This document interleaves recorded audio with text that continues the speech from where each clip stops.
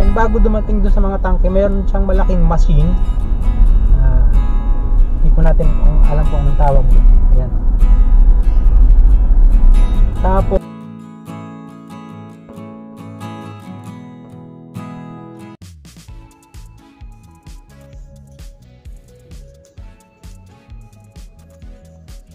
yun, magandang umaga pong muli sa inyong lahat. Ngayon po ay araw ng Miyerkules, ika-27 sa buwan ng Agosto 2025. Oras na po natin ay 8:48 ng mainit at kumukulimlim na umaga. Kasalukuyan, narito po tayo sa Skyway northbound po ating tinatahak. Share ko po sa inyo itong ginagawang project dito ng NSCR. I think sakop na po ito ng package sa CPSO3. Yan pong ating nasa kanan. Pwede naman po siyang videohan dun sa service road, kaya lang mataas ang bakod, wala tayong masyadong makita, kaya papasalamat tayo sa Diyos dahil nagkaroon tayo ng magandang pagkakataon. Tama-tama, papunta po tayo ng Manila area. Sinabay na po natin na makuhanan to ng video para ma-share po sa inyo yung latest development dito sa bahagi po ng halos from Bikutan na to papunta po ng FTI po yung ngayon ay kasalukuyan na siya na Arca South. Yan, no? May mga activity na po dyan, at kung makita nyo dyan sa una-unahan ng konti ay mayroong mga nagtataas ang mga tower, no? Tower crane.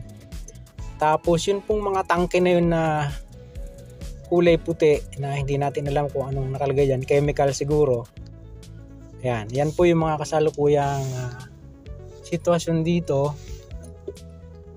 Dahil mas maganda po sanang kuhanan ng video dito nga sa Skyway. Bawal po kasi ang drone dito, napakalapit sa airport. At the same time, pasilip po natin sa inyo itong traffic.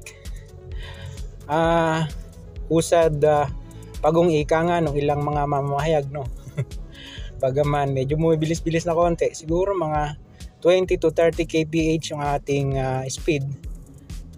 Talagang volume po yung mga sasakyan towards north, no? Ayun na yung sinasabi ko sa inyo mga kabayan, bago dumating doon sa mga tangke, mayroon siyang malaking machine. Hindi po natin alam kung anong tawag dyan. Ayan.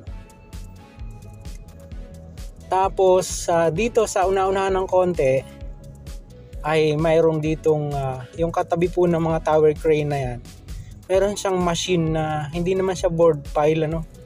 Hindi siya boring machine. Kakaiba siya eh.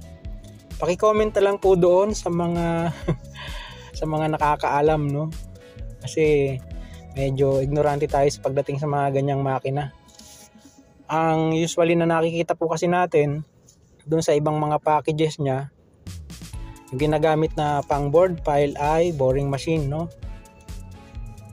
Dito iba. Ayan, dito po yung future FTI station ng North-South Commuter Railway Project. Dito po sa bahagi ng Taguig, no? Ayan, no? Ayan po yung Solimec ba ang pangalan ng machine? Yung tabi nung tower crane na yan, no? Yung parang kwadrado na yan. Di natin mawari kung ano yan. Ganda. Ginagamit siguro pambutas ng lupa yan or whatever. Yan po, maraming mga kapunuan na yan. FTI na po yan, or sa kasalukuyan nga ay Arca South. Ayala Land Estate na po kasi yan. Nabili na ng mga Ayala, develop. At marami pong mga project na paparating dito sa area na to. Abang-abangan po natin. Ang balita, yung subway, magkakaroon din po ng station dito sa lugar na ito. Opo. At dyan po sa una-unahan ng konti, yung may mga puno pa na yan. Tingnan natin kung maisusumin natin yung ating camera.